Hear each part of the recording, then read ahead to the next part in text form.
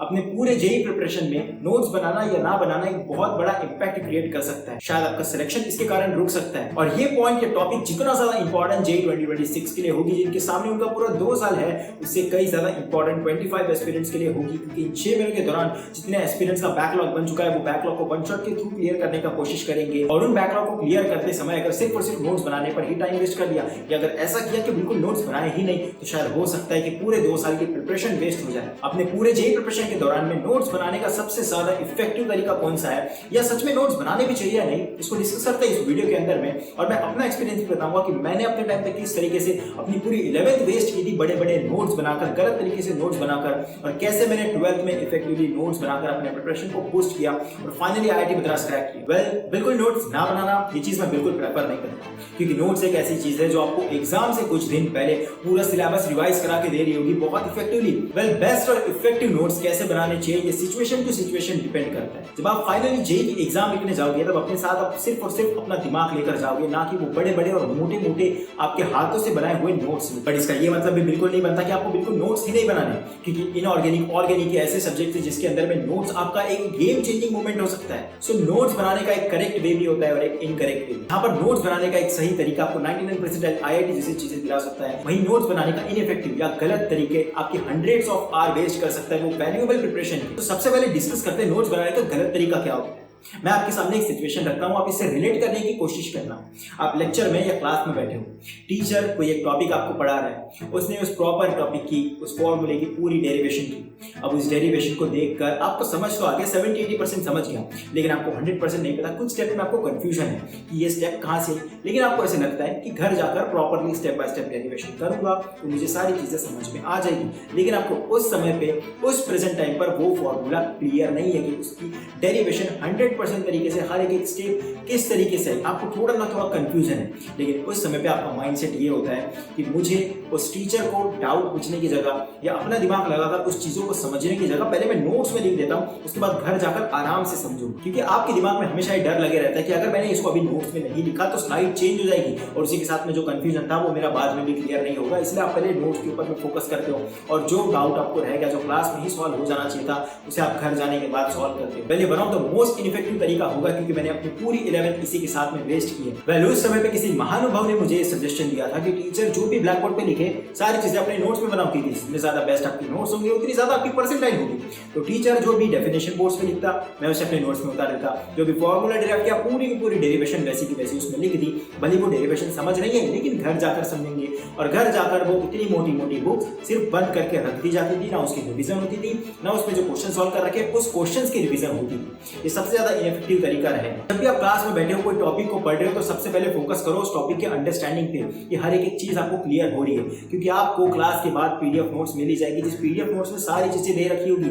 Van कोई अगर offline में पढ़ रहा है, डेफिनेटली उसको नोट्स बनाना जरूरी है, क्योंकि उसके पास में एक्सेस नहीं होता उस पर्टिकुलर लेक्चर का। लेकिन इसका ये मतलब भी नहीं बनता कि हर एक डेफिनेशन, हर एक फॉर्मूला जो टीचर ब्लैक बोर्ड पे लिख रहा है, आप उसे कॉपी में उतार दे जाओ। जो चीज आपको लगती है जो इंपॉर्टेंट है, जैसे कोई पर्टिकुलर फॉर्मूला हो, पर्टिकुलर फॉर्मूले को लिखो।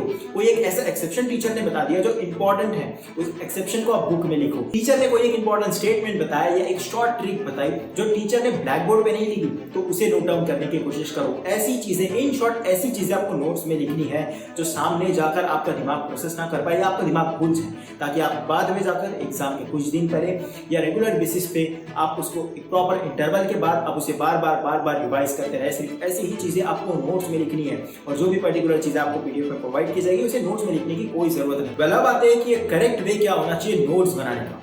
But before this, just give me 2 minutes. Let me explain something special for you. Guru Purnima के शुभ अवसर पर PW लेकर आया amazing offers on their batches. सारे EAC एंड गेट बैचेस और टेस्ट सीरीज पर आपको मिलेगा अप टू 75% तक का डिस्काउंट, बट ये सिर्फ और सिर्फ लिमिटेड टाइम पीरियड के लिए।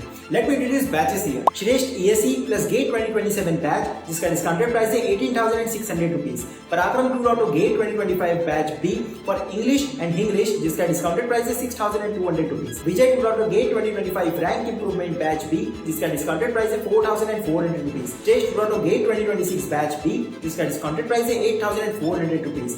श्रेष्ठ गेट 2026 केमिकल बैच बी जिसका डिस्काउंटेड प्राइस है 14,999। Parakram 2025 plus ESE plus GATE plus PSU batch D जिसका डिस्काउंटेड प्राइस है 10,999 rupees. Shreshth 2026 ESE plus GATE plus PSU batch D जिसका डिस्काउंटेड प्राइस है 14,999। Shreshth Toronto GATE 2026 plus PSU plus placement preparation batch B for computer science and IT जिसका discounted price है 10,999। Shreshth GATE 2027 plus PSU plus placement preparation for computer science and IT जिसका discounted price है 18,600। पराक्रम 2.0 plus PSU plus placement preparation 2025 batch जिसका discounted price है 14,999। ESE non tech 2025 for general studies and engineering aptitude जिसका discounted price है 3,699 rupees.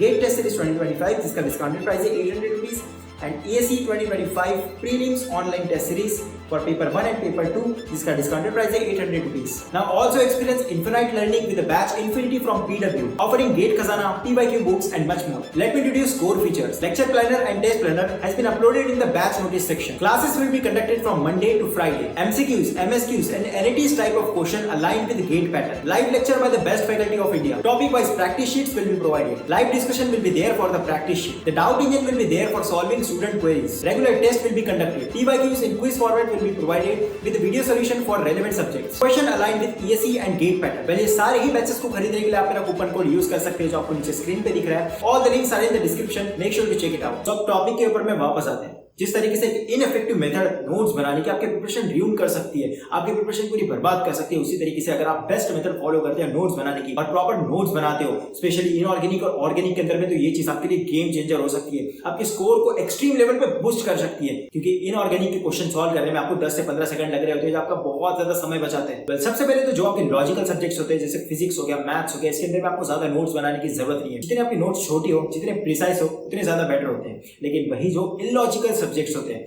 जैसे inorganic chemistry हो गया या ऑर्गेनिक केमिस्ट्री हो गया, जिसके हर एक स्टेप के पीछे, हर एक मेथड के पीछे कोई लॉजिक नहीं छुपा होता कि अगर एक पर्टिकुलर रिएक्शन को फॉलो करके प्रोडक्ट बन रहा है तो उसका प्रॉपर रीजन नहीं होता कि क्यों वही चीज आ रही है, जिसके लिए आपको बार बार उसे रिवाइज करना पड़ेगा, उस प्रोसेस को दिमाग में सेट करने के लिए बार बार रिवाइज करना पड़ेगा। ऐसी चीजों की नोट्स बनाना बहुत ज्यादा important. So let's start with physics कि अगर आप फिजिक्स का कोई पर्टिकुलर लेक्चर देखें, उसके अंदर में कोई आपको पर्टिकुलर टॉपिक पढ़ाया जा रहा है, तो आप उस टॉपिक की हेडिंग डालोगे और कोई भी डेफिनेशन, कोई भी स्टेटमेंट आपको बुक में लिखने की जरूरत नहीं है। बस अगर कोई फॉर्मूला ड्राइव करके दिया जाए तो उस फॉर्मूले को आपको बुक में लिखना है, बस वो फाइनल फॉर्मूला लिखना है, पूरी डेरिवेशन भी लिखने की जरूरत है। और लेक्चर के दौरान जो क्वेश्चन सॉल्व करा कर दिए जाते हैं वो सबसे ज्यादा इंपॉर्टेंट होते हैं। जो क्वेश्चन आपने लेक्चर में सॉल्व कर दिए उसे नोट्स में लिखने की जरूरत नहीं है, लेकिन जो क्वेश्चन में आपने डिफिकल्टी फेस की, आपको लगा कि ये एक इंपॉर्टेंट एक्सेप्शन है, ये एक शॉर्ट ट्रिक है, और स्पेसिफिकली जितने भी शॉर्ट ट्रिक आपको बताई जाती है प्रॉपर स्टेप के साथ में आपको उसको अपने बुक में लिखना है कि एक भी स्टेप मिस नहीं होनी चाहिए। जितने भी एक्सेप्शन आपको बताए जाते हैं वो सारे एक्सेप्शन लिखना है, एक भी स्टेप मिस नहीं होनी चाहिए। लेक्चर के दौरान जो भी क्वेश्चन सॉल्व करने में आप डिफिकल्टी फेस करो, मेक श्योर कि वो इंपॉर्टेंट स्टेप्स आप बुक के अंदर में लिख दो। और जब भी आप फिजिक्स या मैथ्स जैसे सब्जेक्ट की रिवीजन करोगे तो इसमें आपको एक ही चीज पे फोकस करना है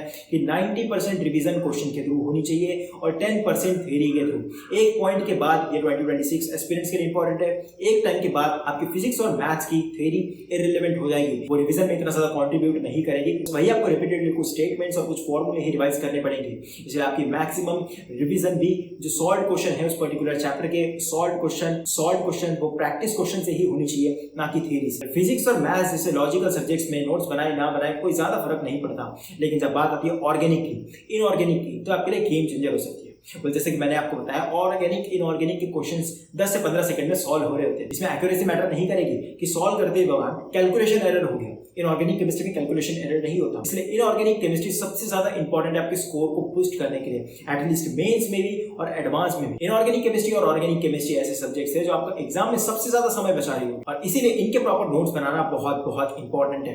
क्योंकि जब आपको पीडीएफ प्रोवाइड की जाती है इनऑर्गेनिक केमिस्ट्री के अंदर में, तो उसके अंदर में अगर 22 स्लाइड्स है, फॉर एग्जांपल उसमें 22 स्लाइड्स है, 22 स्लाइड्स में पूरी थ्योरी लिखी हुई है। अब आपको जो लॉजिकल सब्जेक्ट है फिजिक्स केमिस्ट्री, उसमें अगर आपको सेम पीडीएफ प्रोवाइड की जाए तो आपको ये तो पता है कि ये जो लिखा हुआ है ये इतना ज्यादा इंपॉर्टेंट नहीं है, क्योंकि लेक्चर के दौरान मुझे ये चीज समझ आ चुकी है। आपको सिर्फ फॉर्मूले पे फोकस करना होता है, क्वेश्चन पे फोकस करना होता है। लेकिन भाई इनऑर्गेनिक इनऑर्गेनिक केमिस्ट्री के अंदर में हर एक पैराग्राफ की एक एक लाइन बहुत ज्यादा इंपॉर्टेंट होती है, किसी पे भी क्वेश्चन आ सकता है। इसलिए आप जब रिवीजन करने बैठे तब आपको बार बार ये ध्यान ना लगाना पड़े, ये सोचने की कोशिश ना करना पड़े, इसलिए आपको प्रॉपर हाईलाइट करते हुए इनऑर्गेनिक के नोट्स बनाने हैं, जिसे आप बार बार रिवाइज करके अपने दिमाग में प्रोग्राम। जैसा कि एग्जाम में आप अपने नोट्स नहीं अपना दिमाग लेकर जाओगे, लेकिन किसी का दिमाग इतना ज्यादा भी इंटेलिजेंट नहीं होता कि उसे 100-200 इलॉजिकल चीजें पढ़ा दी गई जिसे उसे याद रखना है। जैसे ऑर्गेनिक केमिस्ट्री के अंदर में एक चैप्टर में 20 रिएक्शन है, उस 20 रिएक्शन के अंदर में हर एक अलग मैकेनिज्म है, उस मैकेनिज्म में भी उसके एक्सेप्शन है। आपको फाइनल प्रोडक्ट के कलर तक याद रखना है, फिर वो कौन सी टेस्ट पास करती है, कौन सी टेस्ट नहीं पास करती।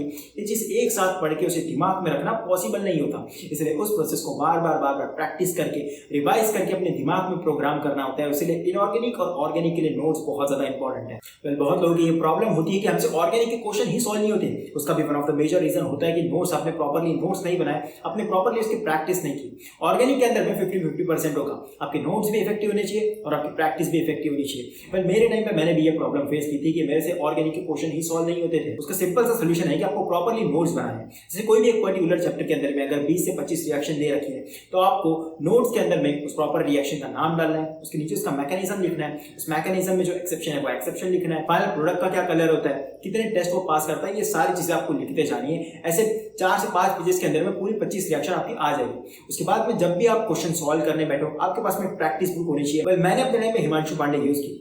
क्वेश्चन सॉल्व करने से पहले एक बार आपको उसको रिवाइज कर लेना है, ज्यादा जोर नहीं डालना कि मुझे ये रिएक्शन याद करनी ही है, मुझे इसके फाइनल प्रोडक्ट का भी कलर याद करना है। आपको बस उसे एक बार पढ़ लेना है। उसके बाद में जब आप क्वेश्चन प्रैक्टिस करोगे, आपसे क्वेश्चन बनेंगे नहीं बनेंगे, अगर नहीं बने तो नोट्स देख के सॉल्व करना है, लेकिन प्रॉपर सोल्यूशन नहीं देखना है, नोट्स देख के सॉल्व करने की कोशिश करें। जब आप 5 से 6 क्वेश्चन के अंदर में एक पर्टिकुलर रिएक्शन को अप्लाई करोगे तो वो रिएक्शन आपको नेचुरली याद हो जाएगी, आपको हर एक उसका एक्सेप्शन याद हो जाएगा। जब आपकी प्रैक्टिस बढ़ते जाएगी वैसे वैसे आपको पूरा चैप्टर कवर होते जाएगा और आपको उस रिएक्शन को प्रेशर डाल के याद करने की जरूरत नहीं पड़ेगी, जिससे आपको वो रिएक्शन लॉन्ग टर्म में याद रहेगी और आप उसे भूलोगे नहीं। मतलब इनऑर्गेनिक में आपको नोट्स बनाना इसलिए इंपॉर्टेंट है क्योंकि आपको पर्टिकुलर अगर पीडीएफ मिल भी गई, उसके अंदर में लेट्स अज्यूम कि 22 पेजेस है। अब उस 22 पेजेस अगर वो लॉजिकल चैप्टर्स के होते हैं, लॉजिकल सब्जेक्ट्स के होते हैं, जैसे फिजिक्स और मैथ्स के हो गए, तो आपको पता है हर एक पैराग्राफ में जो लिखा है वो सारी चीजें इंपॉर्टेंट नहीं है, क्योंकि मैं ऑलरेडी ये सारी चीजें लेक्चर में समझ चुका हूँ। आपको बस फोकस करना होता है फाइनल फॉर्मूला पे, ये जो क्वेश्चन सॉल्व करा रखे उसके ऊपर में।